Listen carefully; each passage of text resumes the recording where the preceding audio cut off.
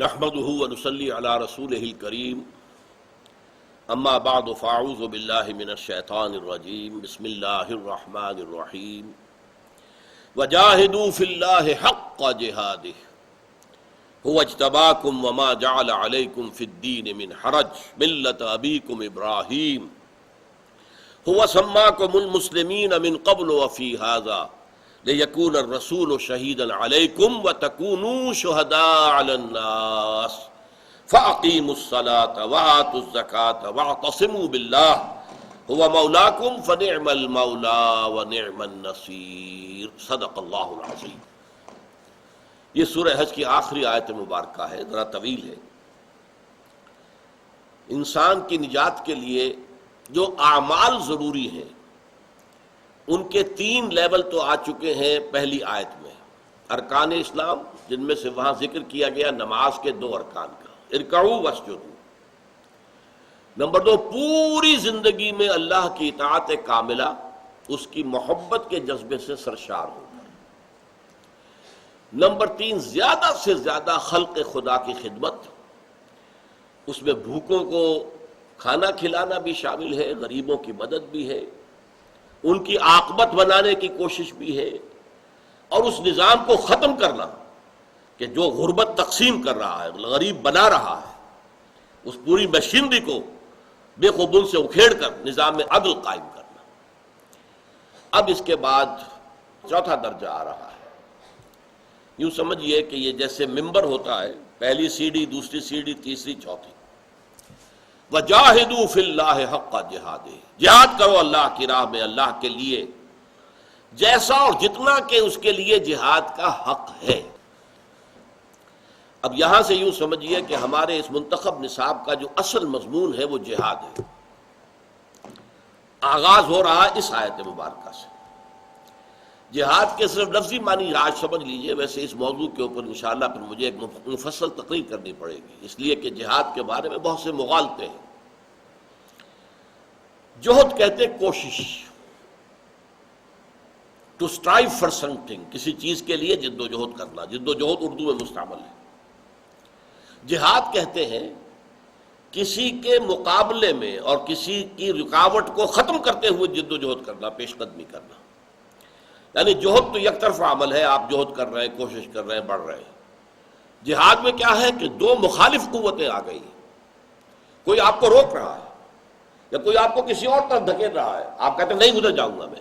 یہ جو جہاد، یہ جو کشاکش ہے، یہ جہاد ہے۔ جہد اور جہاد کا یہ فرق ہے۔ انگریزی میں ٹو اسٹرائیو فار یہ جہد ہے، ٹو اسٹرگل اگینسٹ یہ جہاد ہے۔ اس لیے کہ ہر کام میں آپ کو معلوم ہے کہ مخالفت تو آتی ہے۔ اسٹرگل فار ایگزسٹنس، وجود کے لیے ہر ذی حیات شے جو ہے، ہر ذی حیات وجود جو ہے اس کائنات میں، وہ ایک اسٹرگل میں، اسٹرگل فار ایگزسٹنس، مقابلہ ہے۔ Struggle for existence, survival of the fittest. یہ دنیا کا یہ تو آج کل کے فلسفوں میں مانی بھی چیزیں ہیں۔ اسٹرگل کسے کہتے ہیں؟ مقابلہ۔ جاہدوا فی اللہ ہے، اللہ کے لیے، اللہ کے راستے میں مقابلہ کرو، جد و جہد کرو مخالفین کے خلاف۔ وہ کیا ہے؟ آپ توحید کی دعوت دے رہے ہیں، مخالفین شرک کی دعوت دے رہے ہیں، ٹکراؤ ہوگا کہ نہیں ہوگا؟ آپ اللہ کے دین کو قائم کرنا چاہتے ہیں، کوئی اور کمیونزم کو قائم کرنا چاہتا ہے، ٹکراؤ ہوگا کہ نہیں ہوگا؟ آپ چاہتے ہیں کہ اسلامی ریاست بنے، کوئی سمجھتا ہے نہیں، لبرل ڈیموکریٹک جمہوری ریاست جو ہے، سیکولر ڈیموکریسی ہونی چاہیے، تصادم ہوگا کہ نہیں؟ اس تصادم میں جاہدوا فی اللہ ہے، اللہ کے لیے، اللہ کی بات کو پھیلانے کے لیے، اللہ کے پیغام کو عام کرنے کے لیے، اللہ کے دین کو نافذ کرنے کے لیے، اللہ کے دین کو قائم کرنے کے لیے جد و جہد کرو، محنت کرو، مقابلہ کرو، ٹو اسٹرگل، اسٹرگل اگینسٹ۔ فارسی میں کوشش کہیں گے جہد کو، جہد عربی ہے، کوشش اردو بھی ہم سمجھتے ہیں یہ اصل میں لفظ جو ہے فارسی کا ہے۔ اور کشاکش کہیں گے جہاد کو، کوشش اور کشاکش، ان کو آپ نے ایک دوسرے کے مقابلے میں رکھ لیجیے۔ کشاکش کیا ہے؟ جیسے کہ آپ کو معلوم ہے ٹرگ آف وار، رسا کشی، ایک رسے کو 11 آدمی ادھر ہے 11 آدمی ادھر ہے، وہ ادھر کھینچ رہے وہ ادھر کھینچ رہے، بہرحال ایک جو ہے وہ جیتے گا، وہ کھینچ کے لے جائے گا، دوسرا رہ جائے گا۔ یہ کشاکش ہے۔ کشمکش اصل میں ایک مختلف لفظ ہے بالکل، لیکن اردو میں عام طور پر ہم کشمکش استعمال کرتے ہیں کشاکش کی بجائے۔ کشمکش در حقیقت ایک ایسی ذہنی اور نفسیاتی کیفیت کا نام ہے کہ چلوں یا نہ چلوں، یہ کروں یا نہ کروں، تذبذب کی کیفیت میں انسان مبتلا۔ کشمکش، فرصت کشمکش مدے این دل بے قرار را، یک دو شکن سے آدھا کن گیسو تابدار را۔ اقبال کی جو نظم ہے ذوق و شوق، اس کا یہ آخری شعر جو ہے وہ ٹاپ کا ہے۔ اگرچہ اس کے بارے میں یہ طے کرنا مشکل ہے کہ یہ حمد کی نظم ہے یا نعت کی نظم ہے۔ عام لوگ اسے نعت کی سمجھتے ہیں، میرے نزدیک یہ حمد کی نظم ہے۔ بہرحال تو اللہ تعالیٰ سے مخاطب ہو کر میرے نزدیک اقبال کہہ رہا ہے کہ یہ جو مجھے کشمکش ہے، میں چلوں یا نہ چلوں، آپ کی طرف آؤں یا نہ آؤں، مجھے یہ اس کی بھی فرصت مت دے کہ میں یہ سوچوں، بلکہ اپنا حسن جو ہے کچھ اور اس کے اندر اضافہ فرما۔ یک دو شکن سے آدھا کن گیسو تابدار رہا، تاکہ میں اس طرح کھنچا ہوا آ جاؤں کہ مجھے یہ سوچنے کا موقع نہ ملے کہ میں چلوں یا نہ چلوں۔ یہ تذبذب جو ہے یہ بھی در حقیقت ایک انسان کے اندر ڈبل مائنڈڈ ہونے کی ایک علامت ہے نا۔ فرصت ہی نہ دے اس کی، مجھے یہ سوچنے کے لیے وقت چاہیے نا۔ فرصت کشمکش مدے این دل بے قرار را، یک دو شکن سے آدھا کن گیسو تابدار را۔ تو یہ کشمکش کا لفظ جو ہم استعمال کرتے ہیں، یا اس شعر میں صحیح معنی میں استعمال ہوا، کشمکش، کھینچو مت کھینچو، چلو مت چلو، جاؤ مت جاؤ، لیکن کشاکش کا لفظ ہے اصل میں۔ اور شعر مجھے یاد آ گیا، اگرچہ شاعر عام طور پر ان کے بارے میں اچھی آرا نہیں، اب فوت ہو گئے ہیں، اللہ کے حضور حاضر ہو گئے ہیں۔ کوثر نیازی صاحب کا شعر تھا، بہت شعر اپنی جگہ بہت عمدہ ہے۔ کشاکش خس و دریا ہے دیدنی کوثر، الجھ رہے ہیں زمانے سے چند دیوانے۔ کسی بھی انقلابی تحریک کے شروع میں کیا ہوتا ہے؟ چند دیوانے ہیں، فینیٹکس ہیں، لوگ انہیں مجنون سمجھتے ہیں، پاگل سمجھتے ہیں۔ انؤمن کما آمن السفہاء، کیا ہم ایمان لائے اس طور سے جیسے یہ بے وقوف لوگ ایمان لائے؟ یہ تو فینیٹکس ہیں، یہ تو دیوانے ہو گئے، یہ تو مجنون ہو گئے، انہیں اپنے نفع نقصان کا خیال نہیں رہا، دائیں بائیں آگے پیچھے دیکھتے ہی نہیں۔ لیکن وہ لوگ جو ہے چند دیوانے الجھ رہے ہیں زمانے سے، زمانے کی ایک رفتار ہے، ایک چال ہے، ایک طرف چلنا چاہ رہا زمانہ، اور وہ الجھ رہے نہیں، ادھر نہیں جانے دیں گے، یہ غلط راستہ ہے، ادھر چلو۔ تو یہ کیا ہے؟ جیسے کہ دریا اور گھاس کا معاملہ ہوتا ہے۔ دریا کا بہاؤ دیکھیے، وہ بہہ رہا ہے، گھاس بیچاری کہاں سے روک لے گی؟ تو کشاکش خس و دریا ہے دیدنی کوثر، ایک طرف دریا کا بہاؤ ہے اور ایک طرف یہ گھاس ہے جو روکنا چاہ رہی ہے اس کے بہاؤ کو۔ تو یہ جو کشاکش ہو رہی ہے اس کے مابین، یہ قابل دید منظر ہے۔ اسی طریقے سے انقلابی کارکن جو ہوتے ہیں، جیسے کہ صحابہ کرام کا نقشہ جو ہے اولین دور جو ہے مکے کا، اس میں کیا تھا؟ کتنے لوگ تھے، اور جس طریقے سے وہ اڑے ہوئے تھے، ڈٹے ہوئے تھے اپنے توحید کے اوپر، مارے جا رہے ہیں، انہیں پیٹا جا رہا ہے، بھوکا رکھا جا رہا ہے، دہکتے ہوئے انگاروں پر لٹایا جا رہا ہے، گلے میں رسی ڈال کر مردہ لاش جو ہوتی ہے جانور کی اس طرح گھسیٹا جا رہا ہے، یہ سب کچھ ہو رہا ہے۔ وہ ٹھیک ہے، کوئی پرواہ نہیں، جان چلی جائے گی نا، کیا بگڑ جائے گا؟ سیدھے جنت میں جائیں گے۔ یوم حساب کا انتظار بھی نہیں ہے شہید کے لیے، یوم حساب کا انتظار نہیں ہے، وہ تو سیدھا جنت میں جاتا ہے۔ اسی لیے حضرت سمیہ اور حضرت یاسر کو جب ٹارچر کر رہا تھا ابو جہل اور حضور پاس سے گزرتے تھے تو کیا کہتے تھے؟ اصبروا یا آل یاسر فإن موعدکم الجنہ، بالکل گھبراؤ نہیں ہے یاسر کے گھر والوں، تم صبر کرو، جھیلو، برداشت کرو، تمہارے وعدے کی جگہ جنت ہے، وہاں تمہارے استقبال کی تیاریاں ہو رہی ہیں۔ یہ ہے جہد، جہاد، جاہدوا فی اللہ حق جہاد، جہاد کرو اللہ کی راہ میں جیسا کہ اس کے لیے جہاد کا حق ہے۔ اور اس میں اب نوٹ کیجئے، میں پہلے بھی توجہ دلا چکا ہوں کہ اس ایک رکوع میں یہ حق کا لفظ 2 دفعہ آیا، ما قدر اللہ حق قدرہ، انہوں نے نہیں پہچانا اللہ کو جیسا کہ پہچاننے کا حق تھا، لہذا شرک میں مبتلا ہو گئے۔ اگر معرفت خداوندی جیسے کہ ہونی چاہیے حاصل ہو جائے تو کوئی شرک کے اندر مبتلا نہیں ہوگا۔ اللہ کے حسن و جمال کا اگر مشاہدہ ہو جائے تو پھر کسی اور کا حسن اس کی نگاہ میں کہاں ٹکے گا، کہاں جمے گا؟ اللہ کی عظمت اگر منکشف ہو جائے تو پھر کسی چھوٹی موٹی چیز کو انسان اپنا مطلوب و مقصود کیسے بنائے گا؟ لہذا وہ ما قدر اللہ حق قدرہ اور جاہدوا فی اللہ حق کا جہاد، دو ہی چیزیں ہو گئی۔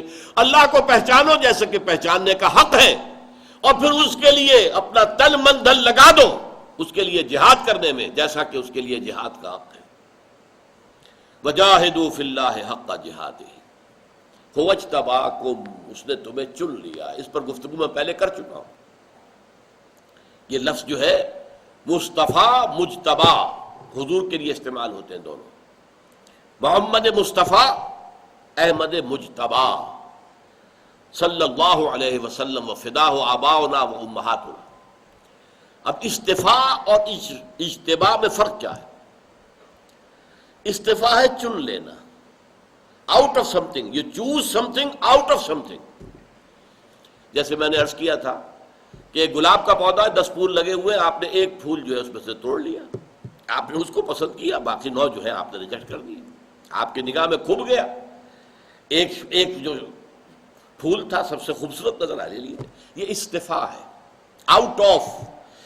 اس لیے استفاء کے بعد ہمیشہ آتا ہے اعلیٰ۔ ان اللہ اصطفیٰ آدم ونوحا وآل ابراہیم وآل عمران علی العالمین، اور حضرت مریم کے لیے آتا ہے اصطفیٰ کے علی نساء العالمین، اللہ نے تمہیں چن لیا ہے تمام جہان کی عورتوں پر، یعنی ان میں سے چنا ہے تمہیں۔ تو محمد مصطفیٰ اجتباء کسے کہتے ہیں؟ To select. ہاکی کے میچ کے لیے بھیجنی ہے ٹیم، سلیکشن ہو رہا ہے، سلیکشن بورڈ بیٹھا ہوا ہے، ذرا کھیلو یہاں پر ایک میچ، ہم دیکھیں گے کون کیسا کھیل رہا ہے، پھر ہم چنیں گے۔ تو یہاں پر در حقیقت کسی مقصد کے لیے ہوتا ہے، لے، لام آئے گا پھر اس کے آگے، لے، کس لیے چن لیا ہے۔ اور یہ در حقیقت یہاں تھوڑا سا میں انگریزی میں جب بڑے کمپلیکس سینٹنسز کو انالائز کیا جاتا تھا تو یاد ہوگا آپ کو کہ ایک سبارڈینیٹ کلاس ہوتا تھا، ایک پرنسپل کلاس ہوتا تھا۔ پرنسپل کلاس جو ہے وہ اس جملے کا اصل مضمون ہے، اور درمیان میں کوئی بات آ گئی ضمنی طور پر، مقطع میں آ پڑی ہے سخن گستران بات، تو یہاں دیکھیے گا هو اجتباکم، اس سے لے کر وما جعل علیکم فی الدین من حرج ملۃ ابیکم ابراہیم هو سماکم المسلمین من قبل وفی ھذا، یہ سبارڈینیٹ کلاس ہے۔ هو اجتباکم کا تعلق کس سے ہے؟ لیکون الرسول شہیدا علیکم وتکونوا شہداء علی الناس۔ دس از دی پرنسپل کلاس۔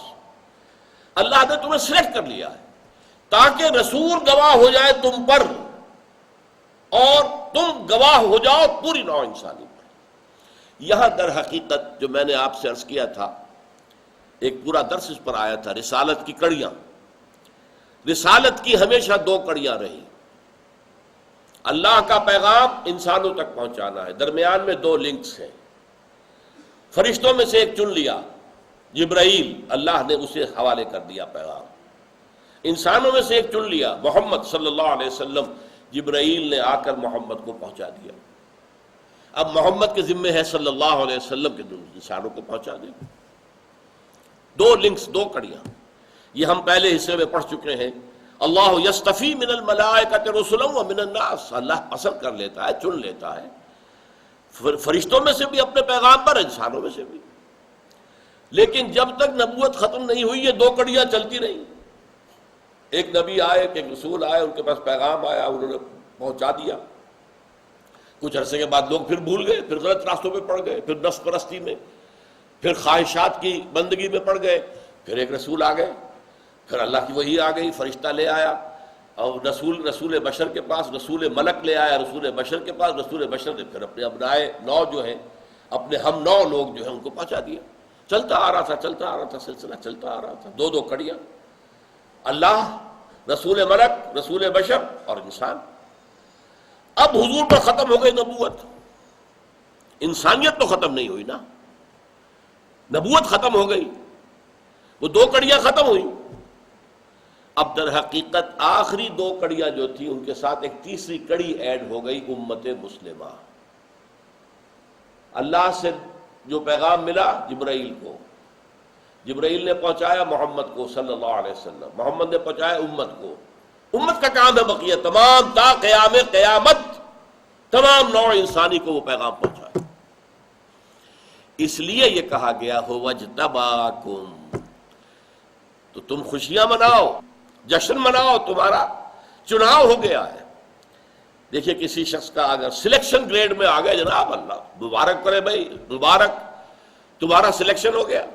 اب سلیکشن کے اوپر مبارک بات دی جاتی ہے نا، یہاں تمہارا سلیکشن ہو گیا ہے، اپنی قسمت پر ناز کرو، تمہیں مجموعی طور پر رسول کا مقام حاصل ہو گیا ہے۔ یہ بڑی بات میں کہہ رہا ہوں، موٹی، ذرا سمجھ لیجئے اس کو، اس لیے کہ نبوت تو حضور پر ختم ہو گئی، اس لیے کہ نبوت نام ہے اللہ سے لینے کا۔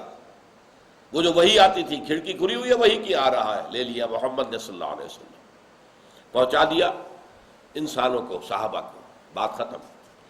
اب حضور کا انتقال ہو گیا، وہ کھڑکی بند، اب وحی کا سلسلہ جو ہے، وحی رسالت و نبوت کا سلسلہ بند، کھڑکی بند۔ البتہ آخری وحی کو اللہ نے محفوظ کر دیا، انا نحن نزلنا الذکر وانا لہ لحافظون، ہم نے ہی اس ذکر کو نازل کیا ہے اور ہم ہی اس کے محافظ ہیں۔ اور وہ تیسری کڑی شامل کر دی امت مسلمہ کی، اب تمہارا کام اس کو پہنچاؤ۔ اب لینے کا کام کوئی نہیں رہا اللہ سے، لینے کا کام تو مکمل ہو چکا ہے۔ جو بھی اللہ نے دینا تھا نوع انسانی کو، نوع انسان را پیام آخری حامل رحمت للعالمین، وہ تو دے دیا اللہ نے۔ اور نمبر 2 محفوظ کر دیا، اس سے پہلے تورات کو محفوظ نہیں کیا، انجیل کو محفوظ نہیں کیا۔ اگر محفوظ اللہ کر دیتا اس کو تو کیا کوئی اس کے اندر تحریف کر سکتا تھا؟ اور اگر قرآن مجید کی اللہ تعالیٰ ذمہ نہ لے لیتا حفاظت کی تو کیا ہم چھوڑ دیتے اس میں تحریف کرنے سے؟ باز آ جاتے۔ ترجموں میں تحریفیں ہو گئی ہیں، تفسیروں کے اندر تحریفیں ہو گئی ہیں، کون چھوڑتا ہے اس کو؟ تو جان لیجئے یہ ہے سلسلہ، یہ فلسفہ نبوت ہے۔ رسالت، نبوت ختم، حضور کے وفات کے ساتھ نبوت ختم۔ اب جو ہے رسالت چل رہی ہے، رسالت محمدی ختم نہیں ہوئی، رسالت محمدی جاری ہے تا قیام قیامت۔ لیکن اب وہ اس کا کام جو ہے، اس کا فریضہ امت کے حوالے، بذریعہ امت۔ ویسے تو نوٹ کیجئے خود حضور کی زندگی میں بھی امت بھی اس کام میں لگی ہوئی تھی۔ رسالت اور تبلیغ جو ہے وہ صرف حضور نہیں کر رہے تھے، اچھی طرح نوٹ کر لیجئے۔ بلکہ یہ بات جو ہے اگر آپ کے علم میں نہیں ہے تو اچھی طرح سن کر پلے باندھ دیجئے۔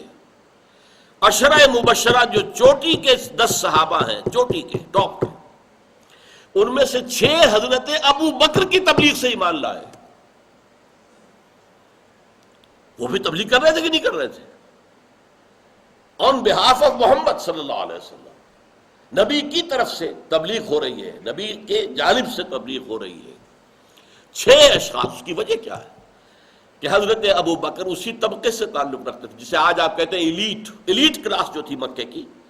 حضور کا اس میں شمولیت نہیں تھی، حضور ذاتی طور پر مالدار نہیں تھے، وہ تو حضرت خدیجہ سے شادی ہو گئی تو آپ کو اللہ تعالیٰ نے غنی کر دیا، ورنہ آپ تو یتیم پیدا ہوئے تھے۔ تھوڑے دن کے بعد ماں داغ دے گئی، پھر باپ دادا بھی داغ فرقت دے گئے، اور ابو طالب تو خود ہی بہت مفلس تھے، قلاش تھے۔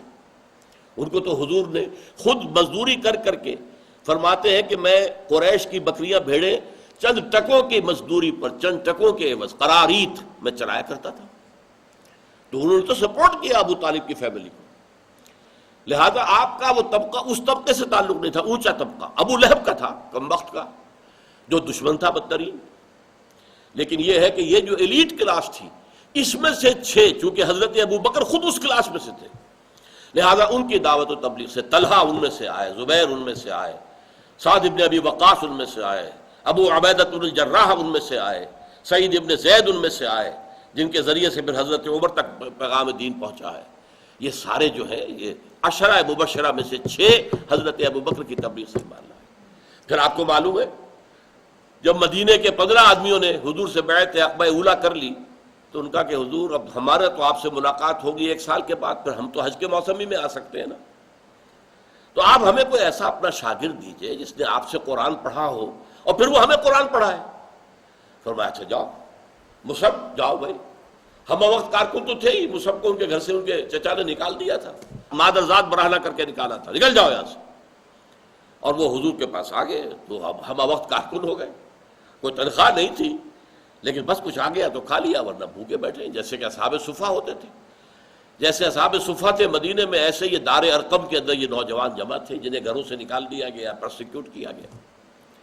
تو ان کے لیے نام جو ہے، جس کو کہتے ہیں قرائے نام بنام من دیوانہ زدند، حضرت مصعب کو حضور نے حکم دیا، اور اس کے بعد عبداللہ ابن ام مکتوم ان کو بھی بھیج دیا۔ ان دو کی دعوت و تبلیغ سے مدینے کے اندر جو ہے 75 آدمی اگلے سال آ گئے۔ تو یہ تبلیغ محمد نے تو نہیں کی تھی نا صلی اللہ علیہ وسلم، یہ رسالت کا فریضہ حضور کے behalf per, on his behalf, حضرت عبداللہ ابن ام مکتوم، حضرت مصعب بن زبیر ادا کر رہے تھے۔ اسی طرح اب آپ کے انتقال کے بعد اب یہ فرض منصبی تا قیام قیامت پوری نوع انسانی کے لیے امت کے ذمے ہے، اور یہ عظیم ترین قرض ہے محمد کا ہمارے کندھوں پر صلی اللہ علیہ وسلم۔ حضور کا امتی بننا اور اس میں خوش ہونا اور حضور کی شفاعت کے امیدوار بننا تو آسان کام ہے، حضور کا جو قرض ہے آپ کے کاندھے پر اس کا کبھی احساس ہوا؟ ہمارے ذمے ہو اجتباکم، بلکہ تمہیں تو اس میں خوشیاں منانی چاہیے۔ اللہ نے تمہیں چن لیا، رسالت کی زنجیر میں تمہیں ٹانک دیا ہے۔ اللہ سے رسول ملک جبرائیل نے لیا، جبرائیل نے پہنچایا رسول بشر محمد کو صلی اللہ علیہ وسلم، محمد نے پہنچایا اپنے صحابہ کو، صحابہ نے تابعین، تبع تابعین ہوتا ہوتا تم تک پہنچا ہے نا۔ تو تم تو جو چین ہے سنہری اس کے اندر آ گئے ہو ایک لنک کی حیثیت سے۔ تو وجاہدوا فی اللہ حق جہاد۔ اب آپ غور کریں حضور نے کس درجے محنت کی ہے، مشقت کی ہے، آپ کے صحابہ نے کتنی محنت کی ہے، کتنی مشقت کی ہے، تب جا کر اس تبلیغ کا عقدہ ہوا۔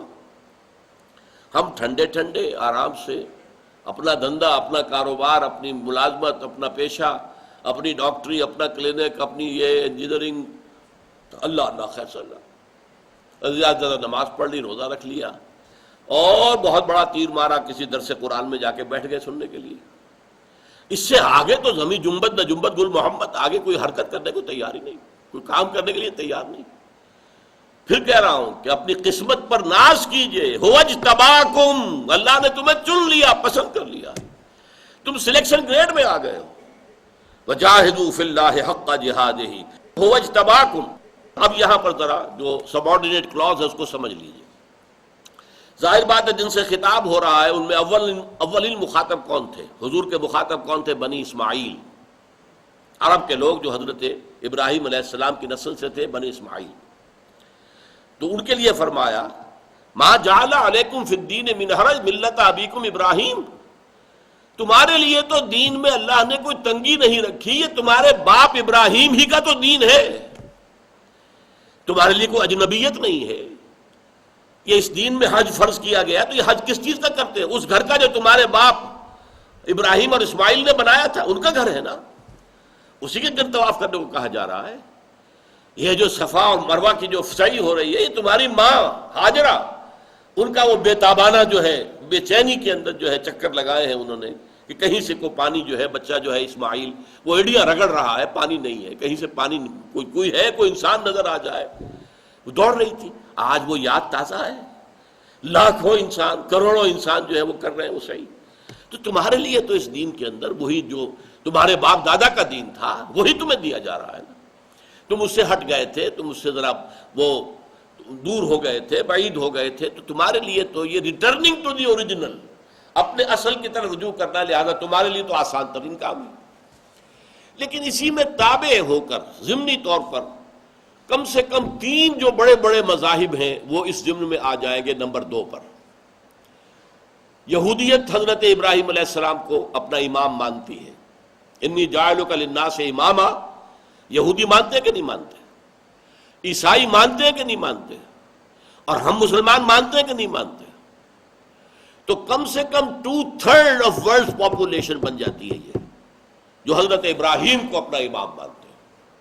اللہم صلی علی محمد وعلی آل محمد کما صلیت علی ابراہیم وعلی آل ابراہیم انک حمید مجید، اللہم بارک علی محمد وعلی آل محمد کما بارکت علی ابراہیم وعلی آل ابراہیم انک حمید مجید۔ غور تو کیجیے، تو گویا کہ ہمارا تو تعلق ابراہیم کے ساتھ ہے، ہمارے معنوی باپ ہے، جیسے بنو اسماعیل کے باپ تھے ملت ابیکم ابراہیم، اس طرح ہم سب کے لیے وہ ہمارے باپ ہیں۔ باقی بھی یہ جان لیجئے، میرے اندازے میں ہندوؤں کے اندر بھی ایک بڑی تعداد جو ہے وہ در حقیقت حضرت ابراہیم کے پیروکار ہیں، لیکن جیسا کہ عیسائی جو ہے بہت دور چلے گئے، انہوں نے حضرت عیسیٰ کو خدا کا بیٹا بنا لیا، انہوں نے برہم ابراہیم انہیں خدا بنا لیا، اللہ علیہ وسلم بگڑی ہوئی شکل ہے اسی دین کی۔ تو فرمایا وجاہدوا فی اللہ حق جہادہ هو اجتباکم وما جعل علیکم فی الدین من حرج ملۃ ابیکم ابراہیم هو سماکم المسلمین من قبل وفی ھذا، اللہ نے تمہارا نام رکھا ہے مسلمان، مسلمین، مسلم، من قبل وفی ھذا، پہلے بھی تمہارا نام یہی رکھا گیا تھا اور اب بھی اس قرآن میں بھی تمہارا یہی نام ہے، اپنے آپ کو مسلمان کے سوا کچھ اور نہ کہو۔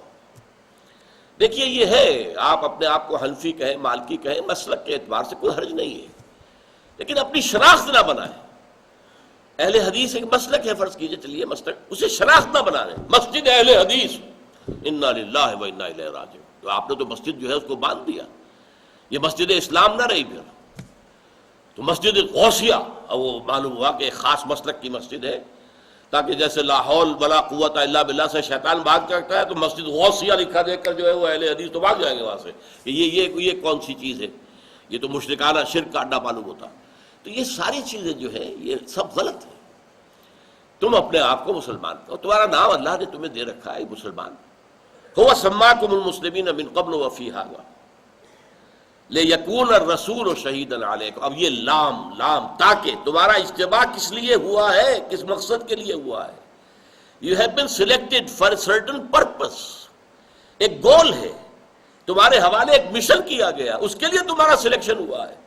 لیکون الرسول شہیدا علیکم وتکونوا شہداء علی الناس، اب اس پر ذرا مفصل گفتگو جو ہے وہ انشاءاللہ اس کے اگلے نشست میں ہوگی۔ بارک اللہ لی ولکم فی القرآن العظیم ونفعنی وإیاکم بالآیات والذکر الحکیم۔